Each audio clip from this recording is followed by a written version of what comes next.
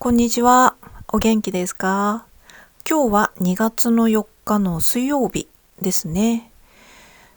今日カレンダー見て気づいたんですけど、昨日節分だったんですね。昨日スーパーとかも行ったんですけどね、あんまり節分っていうの気づかなかったな。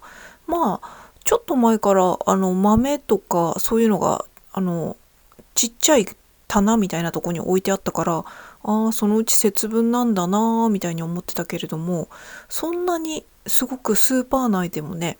こう大々的に節分みたいのをやってる感じがしなくて、昨日スーパー行った時は全然気づかなかったくらいなんでね、そういうのあんまりやらなくなったんですかね。ちょっと前までだったらね、恵方巻きとかね、あとは山崎のロールちゃん、ロールケーキのうさぎのやつ、あれとかもね、節分だなんだとか言って結構こういろいろそういう感じで売り出してたっていうイメージがあったんですけれども、最近はそういうのがあんまこうあれなんですかね、そういうイベントごとの時に特別このスーパーのパッケージとかもあんまり盛り上がらない感じなんですかね。ちょっと前に言ったそういうスーパーとかそのメーカーさんがその日本でそういうのがすごく四季折々、あとはこうイベントごとにパッケージ変えたり新しいフレーバー出したりとか、そういうのがすごいけど最近はなくなってきたねなんて話してたけど、その同じような理由で損なんですかね。ちょっとよくわかんないけど、あとはこの、節分というなんていうか風習というかね、昔ながらのそういうのをお家でやったりとかするのが減ったのかな。今ご家庭とかでも豆まきとかってしてるんですかね、お子さんがいるくらいのご家族とかだと。どうなんのかな。昔はね、結構どの家庭とかでも豆まきとかしてたっていうイメージですね。豆まきをして自分の年と同じ数の大豆の豆茶を飲むみたいな。あれ違ったっけ？違うわ。豆茶は豆茶で飲んで、自分の年齢と同じ数の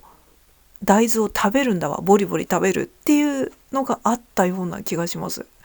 だから今私がそれやったら48粒食べなきゃですよね。大変だけど、でもそれぐらい食べれるかなっていう感じ。うん。そんな感じで、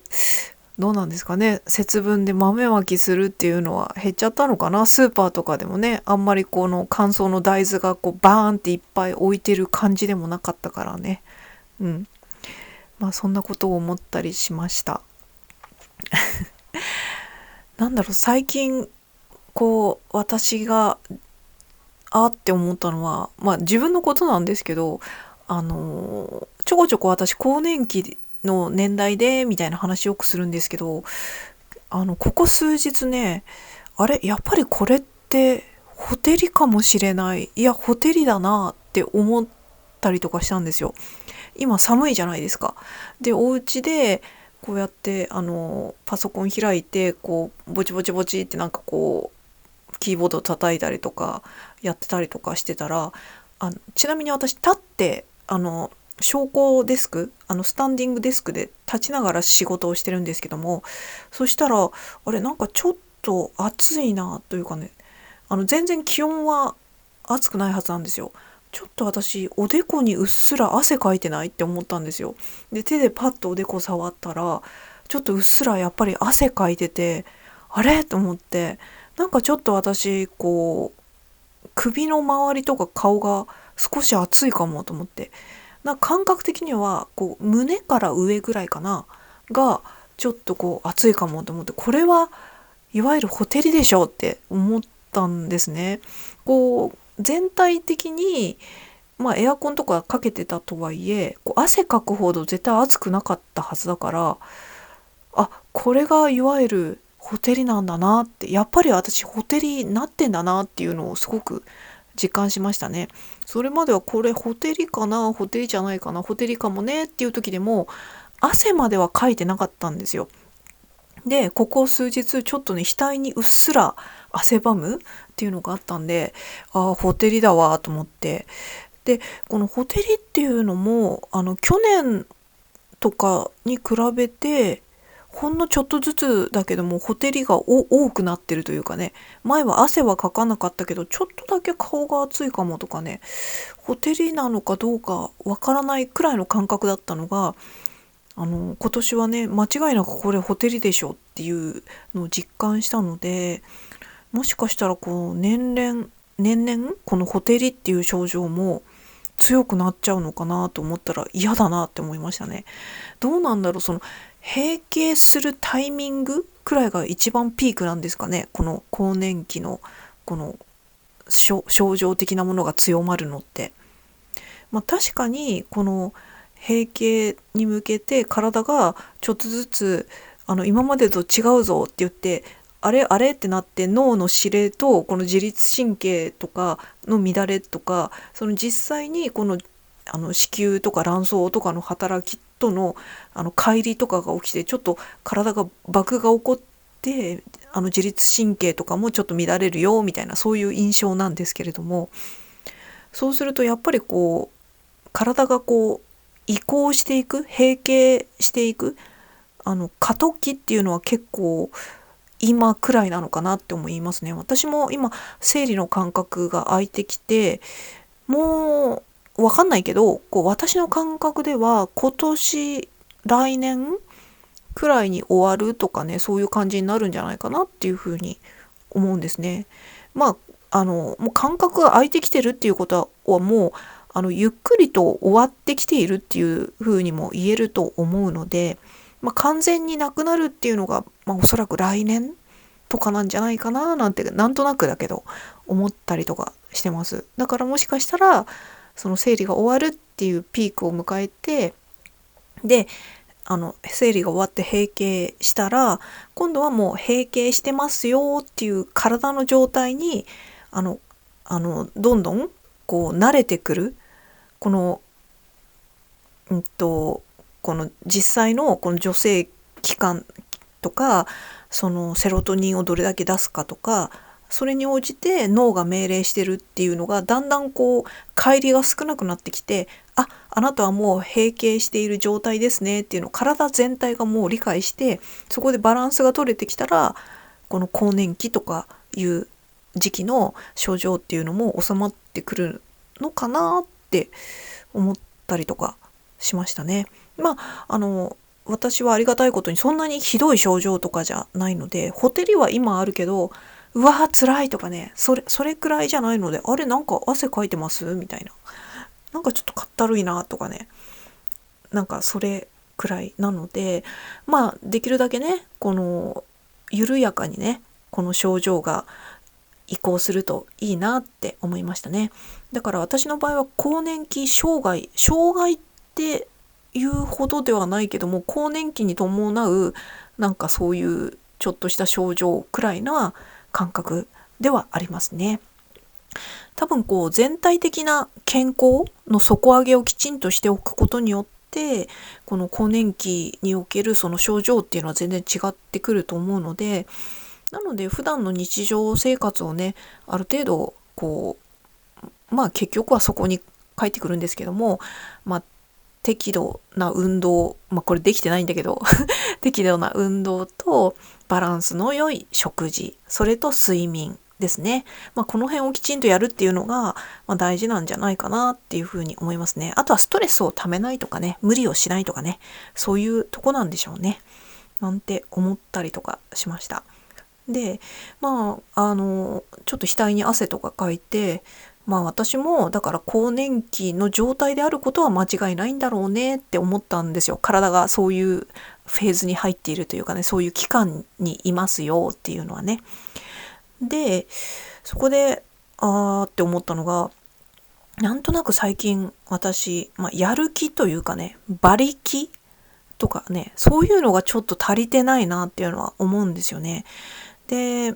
今収入のことでももっと頑張んなきゃいけないのに、もっとがむしゃらに本当はやらなきゃなんないし、やりたくないなって時でも、こえいって気合を入れてやったりとか、もっとこう粘り強くいろいろやるべきなのは分かってるのに、なんかそれがね、やろうと決めてもできないんですよね。こう具体的にノートに書いて、こう今日はこれだけやるとか、この日までにこれはやるとかね、そういうのをちゃんと計画してもなんかできないんですよね。で、なんかこう、年のせいもあって昔より情熱が減ったのかなとか、あとはなんとなく単純に体力が落ちて、昔みたいな、うおーっていうようなエネルギーが、単純にエネルギーの総量が減ったから、やる気も減ったのかなとかね。だから、怠惰と言っちゃ怠惰だけれども、年のせいっていうのもあるのかななんて、ちらっと思ったりとかしてたんですね。なので、あんまりこう自分にね、責めないようにというかね、いいじゃんみたいな感じで結構ね、そういう気楽な気持ちでやってたんですけど、プラスアルファで、このおでこに汗をかいて更年期かっていうのを意識した時に、これは単純に年を重ねたというよりも、この更年期という体がこう閉経をまたいでこう変わっていく過渡期というこのバランスの取れない時期の弊害の一つのこうやる気とかが馬力とかが出ないっていうのはあるかもしれないなっていうふうに思ったんですよ。だからその更年期のこの不安定な期間を過ぎて、例えば55歳とか60歳とかね、になった時に、今より年は取ってるけれども、その自律神経の乱れとかね、更年期によるそういうのが収まった時に、今よりもしかしたらやる気出たりとか、なんか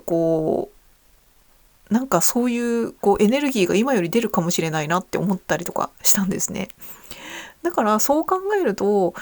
今の私のね、更年期の時期っていうのは、必要以上にやっぱり自分を責めなくてもいいんじゃないかなっていうふうに思いました。やる気出ない、更年期の時期でもあるしね、そういうこともあるよね、ぐらいな。やれることだけやってこうよ、みたいな。そんな風になりました。それによってね、私の貯金がいろいろ減ってっちゃったとしても、今ね、ちょっと稼ぎが減っちゃって、ちょっとね、そろそろマイナスになっちゃうかもっていうところなんですけど、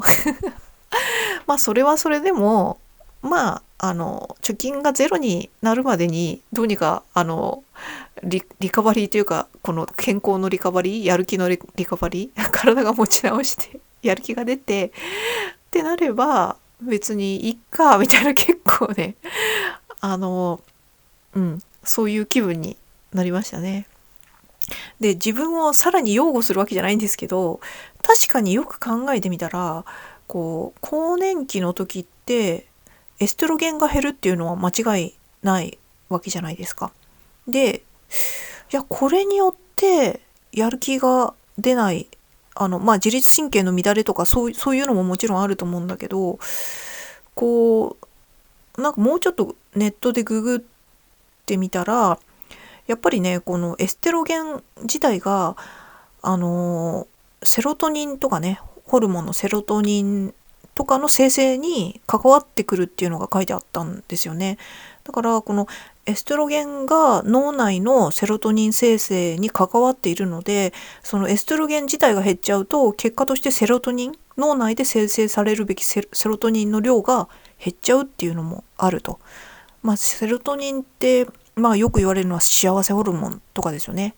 あとドーパミンもこのエストロゲンの減少に伴ってド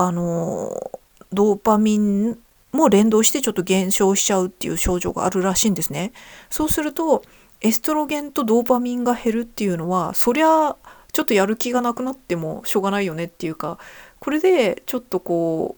なんていうか、エビデンスを自分で勝手に見つけ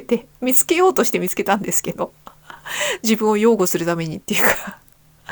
なので私がちょっと最近馬力がとか粘りが足りないとかね、馬力が出ない、やる気がなんとなく出ないなとか、そういうのはセロトニンとドーパミンが更年期という今の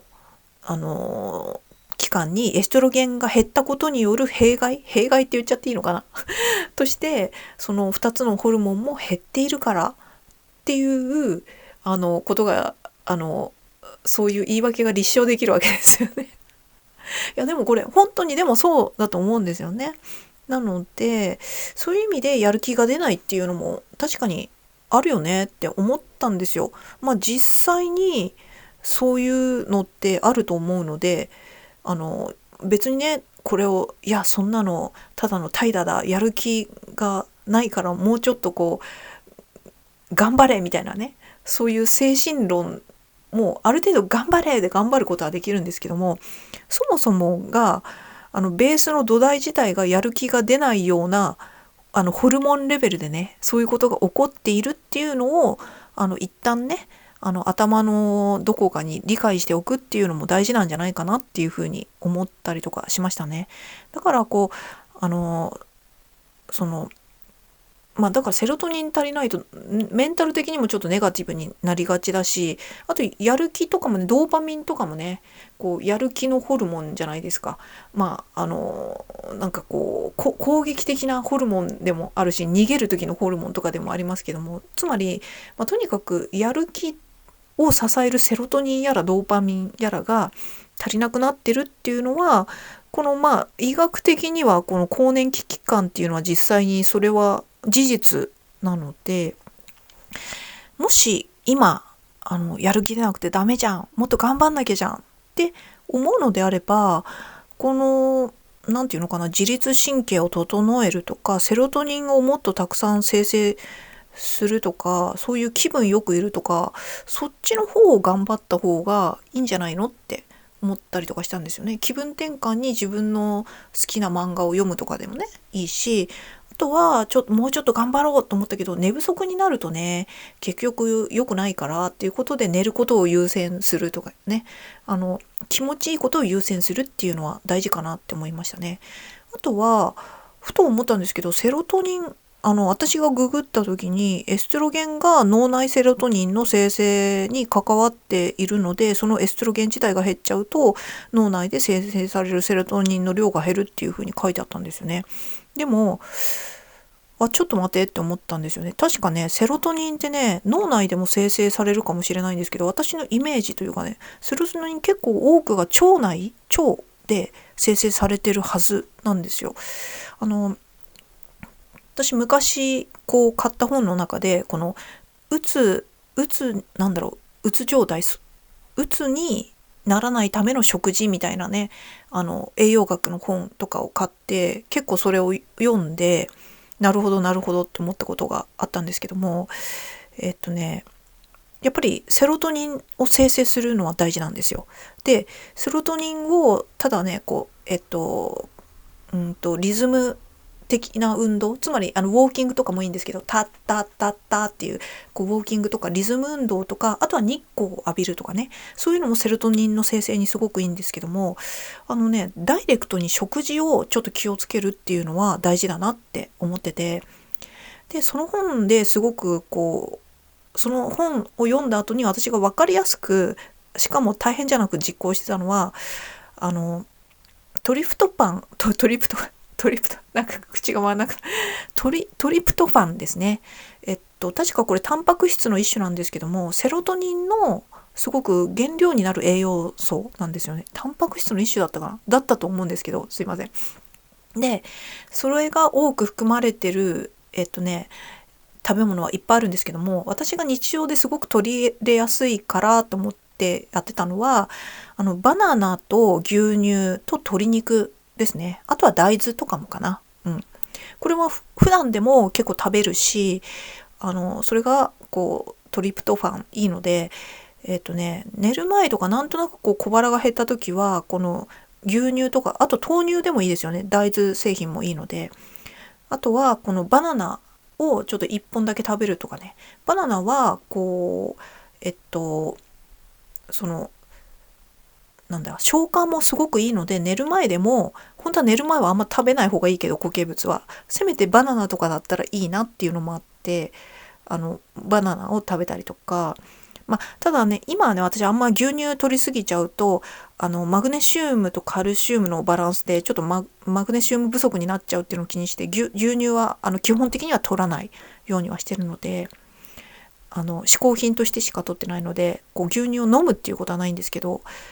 なので豆乳とかね、そういうのを取ったりとかしてますね。なので、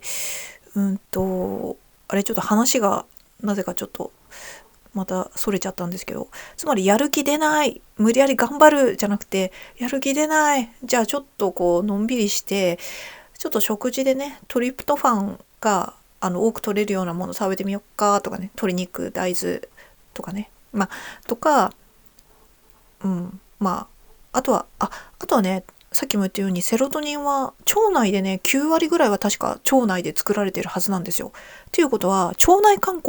境が悪かったらダメじゃないですか、単純に。なので、いわゆる腸活をするっていうのがいいと思いますね。で、腸活っていうと、ビフィズス菌とかね、ヨーグルトとかね、あとは食物繊維とかね、そういう、何かこう、一つのものに、振り幅を振るっていうパターンが多いと思うんですけども、私からすると結構腸内も、腸内細菌、腸内フローラとかも、人によって結構タイプが違うというかね、ほんと10人十色だと思うので、どんな食べ物がその人に合っているかっていうのも全然人によって違うと思うんですね。だから、例えばこう私はこうごぼうがすごい効いたとかね、海藻類がすごい効いたとかね、食物繊維がすごく効いたとかね、人によっては納豆とかね、あとお味噌とか、そういうこう日本の発酵食品の方が効いたとかね、そういうのがすごくあると思うので、それは自分の体に合ったものを探して、で結局はバランスよくですよね、取るのが大事だなっていうふうに思ってますね。だからこう腸のあたりとかがいつもこうなんかちょっとこうガスが溜まっててこう張ってる感じとか、もしくはこの腸内の腸壁の部分が感覚的にただれてるような気がする感覚、そういう感覚を大事にして、あとはおトイレですよね。おトイレで大便を出した時の出る時の感覚と出たものを、チラッとでもいいからちょっとチェックするとかね。そういうのとか、あと出る回数とかね、そういうのをチェックするとかね、そういうので本当に自分の腸に合った腸活というかね、腸をいい状態にしておくっていうのをするのが、そういう努力をした方がいいんじゃないかなっていうふうに思ったんですよね。その腸が良くなって結局こうセロトニンの生成が多くなって、ちょっと気分も良くなって、それが結局やる気なので、それって、そういうのを頑張るんだったらそういうのを頑張ればいいかなって思ったんですよ。だから場合によっては、疲れたと思ったらゴローンってするのも正解なわけですよね。なんかそこでこうちょっといい気分になってっていうのも正解だし、あとは好きな飲み物を飲んでホッとするっていう感覚は大事ですね。このコーヒーとかもだし、私の場合はコーヒーとか、あとはペパーミントティーとかが今の時期とかだと好きですね。あとは夏とかだと炭酸水とか飲むとちょっとすっきりするとかね。そういう感じで自分の気持ちを整えると同時に、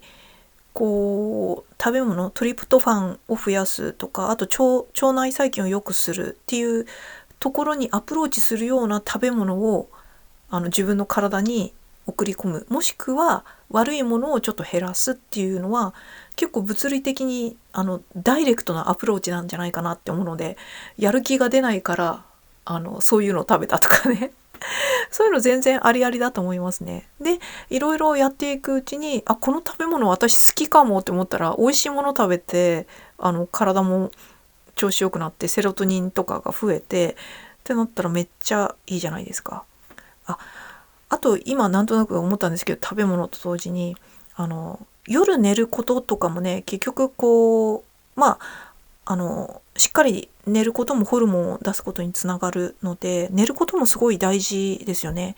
でも寝る時に更年期の時期になると寝れなくなるっていう話も聞いたことあるんですけど、人によってはね、私の場合は今のところはすごい全然こうグースか寝れてるのでそれはないんですけども、寝れないっていう人もね、このセロトニンを増やすっていうアプローチをするといいんじゃないかなっていうふうに思いますね。セロトニンって夜になるとっていうか、夜になるとかメラトニンになるっていうじゃないですか。多分メラトニンに変わるっていうよりも、睡眠ホルモンと呼ばれているメラトニンですけども、メラトニンの確か元々の材料っていうの、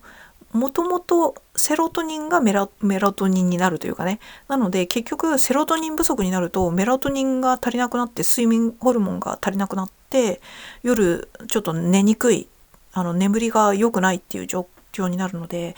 そういう意味でもね、セロトニンからアプローチするっていうのはね、結構ありなんじゃないかなと思いますね。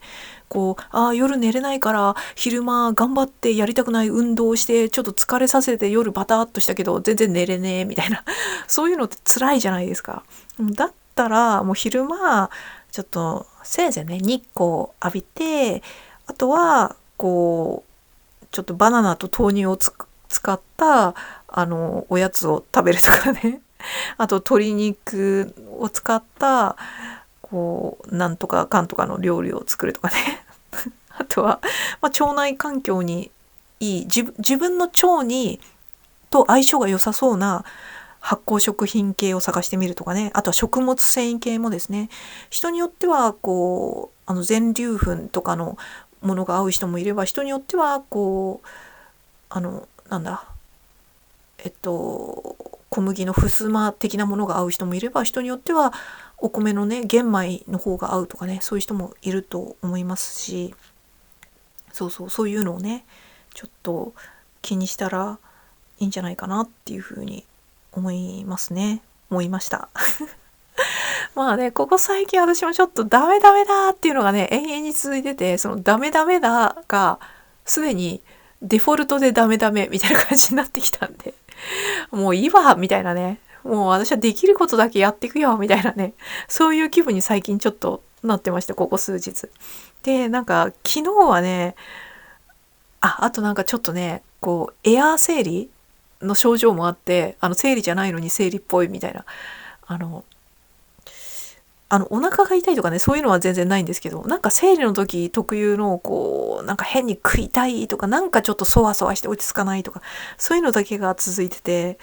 でもう昨日ね、もうこんなにそわそわしていろんなこと全然ダメになるくらいだったら、食べたいもん食っとこうみたいな思って、で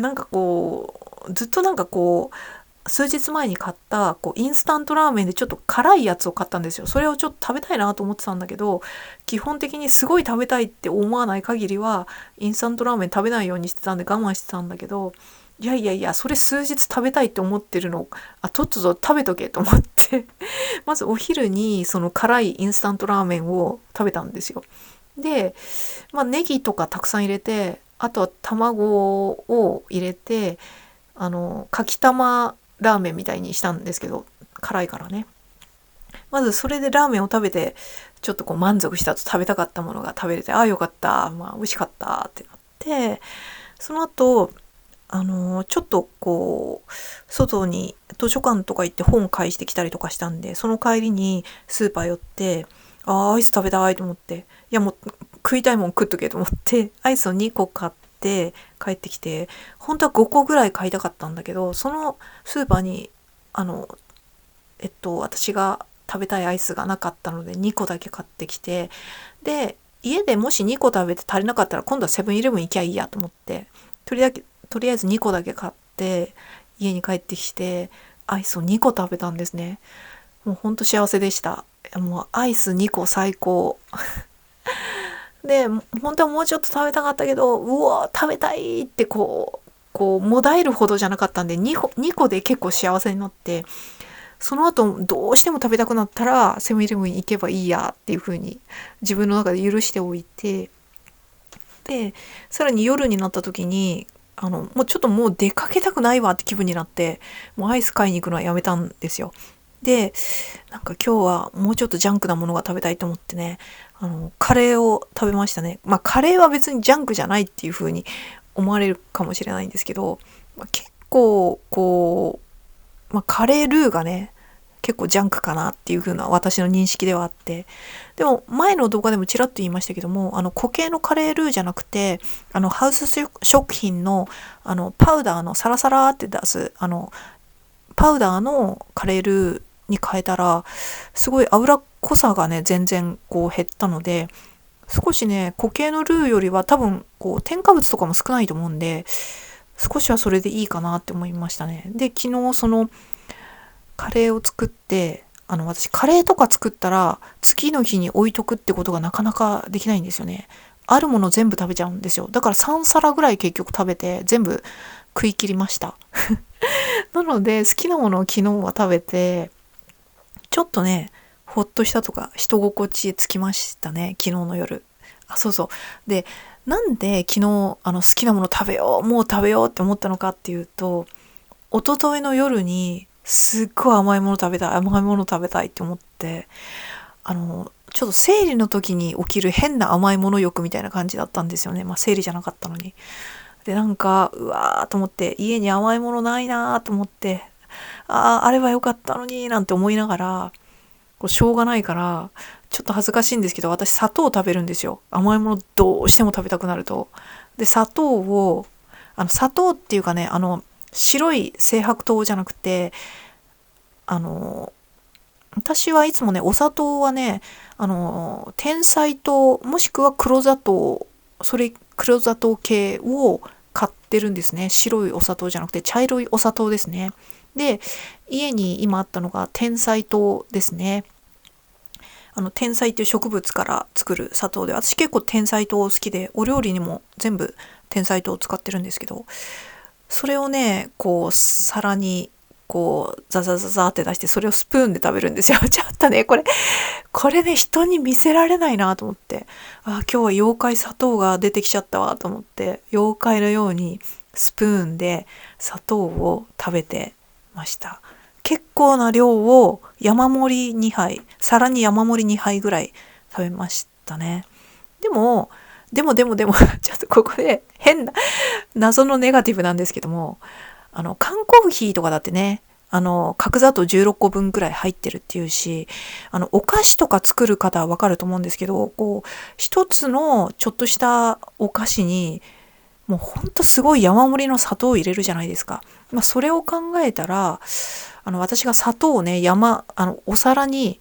こう、深いお皿の 2皿分くらい、山盛り2皿分くらいの砂糖を食べたわけですけど、そんなのね、こう、そうだな、こう、例えばロッテのチョコパイのファミリーパックとか買ってきて、それ一袋全部食ったりとかしたら絶対それくらい砂糖あるんですよ。だからお菓子とかをたくさん食べ過ぎちゃったのと全然変わんない。もしくは純粋に砂糖だけ食べたから逆にいいかもしれない。うん、なのでそんな感じで、一昨日もうついに砂糖を食べるぐらい、家に甘いものがなくて砂糖を食べるぐらい、うわ食いてーっていう、なんかこう甘いもの欲が爆発してたんで、なのでその次の日であった昨日は、もうなんかこう食べたいと思ったものが、たとえこう加工食品であっても、あんま体によろしくないというものであっても、好きなものを好きなだけ食べようって決めて、昨日はラーメン、アイス、カレーというね、こう子供みたいなものをたくさん食べたっていう、それですごく満足したっていう話ですね。で、今日はね、そんなすごくめちゃめちゃアイス食べたいっていう欲はそこまで起こってないんですけど、ちょっとね、昨日本当はジャイアントコーン食べたかったんですよ。その食べたいアイスのうちの一つがジャイアントコーンだったんですけど、それがね、ちょっと今日セブンイレブン行けば絶対売ってると思うんで、セブンイレブン行ってジャイアントコーン買ってきちゃおうかななんてちょっと思ったりとかしてますね。でもちろんジャイアントコーン1個じゃちょっとあれなので、ちょっとその他のねお菓子とか買っちゃおうかななんて思うと、ちょっとねウキウキしちゃうんですよね。もう最近はね、やっぱり食べることですよね。ただ食べることがこの年齢以降すごくこういろんなそのお菓子とかね、油物とかね、その閉経した後っていうのはね、すごいこうコレステロールとかが高くなるし、閉経後になりやすくなる病気って結構多いんですよね。だから食生活なおさら気をつけなきゃなのになのにね、今の私の楽しみがね、そうやってアイスとかそういうものを食べることだっていうのがね、今後どうしようっていう感じですね。だから本当にこう私が今すごいこう楽しみにしてるアイスを好きなだけ食べたいとか、それが今一番の生きてる喜びだったとしたら、なんかもしなんかのスポーツとかウォーキングでもなんかこう競技でもいいですよ。なんかスポーツとかにハマっててそれをやるのが一番楽しみとか、そういう人ってめっちゃラッキーですよね。だって自分が楽しいことやってて、体に良い運動とかやってて、運動してる時間は結局はその食べたいっていう欲求とかも出てこないでしょうし、でこう定期的に運動とかするとね、体もね、なぜかこう健康的な食べ物を欲してきたりとかするんですよね。あんまりこうジャンクなものとかを欲しなくなってくるので、結構いいスパイラルが生まれてきたりとかするんで、なので単純にね、私が今すごくこう好きなものがアイス食べたいとかね、そういう食なので、もしスポーツとかそういうのがすごい今ハマってるっていう人はね、ただハマってることやってるだけで健康になれるなんてずるいじゃんみたいなね、ちょっと羨ましいなーなんて思ったりとかしました。うん。ということで、なんか今日話すことあるかな、なんか15分くらい話せるかなと思ってたんですけど、意外となんか結構話せちゃったんで、ちょっとこれくらいにしときますね。ということで、まあ私みたいにね、更年期の、時期をね、過ごされてる方もいると思いますけども、まあこう、やる気が出なくて私ダメだなとか、もう体つらいなとか、そういう時はまあ無理に頑張る、そのやる気を出す、直接的にその行動を頑張るというよりも、こうほっとすることを頑張るとかね、あとはこのさっき言った食べ物とかね、トリプトファンを増やすものをどうしたらいいのかな、そこだけを頑張るとかね、しかも美味しいものだけ、自分が好きなものだけ選べばいいと思うし、あとはこうそのセロトニンを90%使ってる腸、その腸をどういい状態にするかっていう、そこだけを頑張るみたいなね。しかも自分が好きで美味しい食べ物を見つける、腸に良くて自分も好きなものを見つけるとかね、そのベクトルの方向、そっちの頑張るにしてもいいんじゃないかなと思いましたね。そのやらなきゃなんないことを直接的に頑張るんじゃなくて、今は一旦それは横に置いといて、そのやる気を出すための、そのやる気を出すその要因になるものを頑張る。つまりやる気のその元となっているセロトニンやドーパミンをきちんと出すのためのことを頑張るみたいな。しかもそれが辛いことじゃなくて、自分にとって美味しいことだったりとか、しっかり夜寝ることだったりとか、つまりちょっと心地いいことを頑張るみたいな。まあだから自分が心地よく、体もこう軽くて元気で心地よくなることを頑張ることが結果的にやる気につながって、自分が今現在これをやるべきと思っていることを精力的にできるかもしれないっていうね。ちょっと何言ってんのかちょっとよくわかんないと思うんですけど、まあそういう感じだなっていうふうに思いました。ということで、それではまた。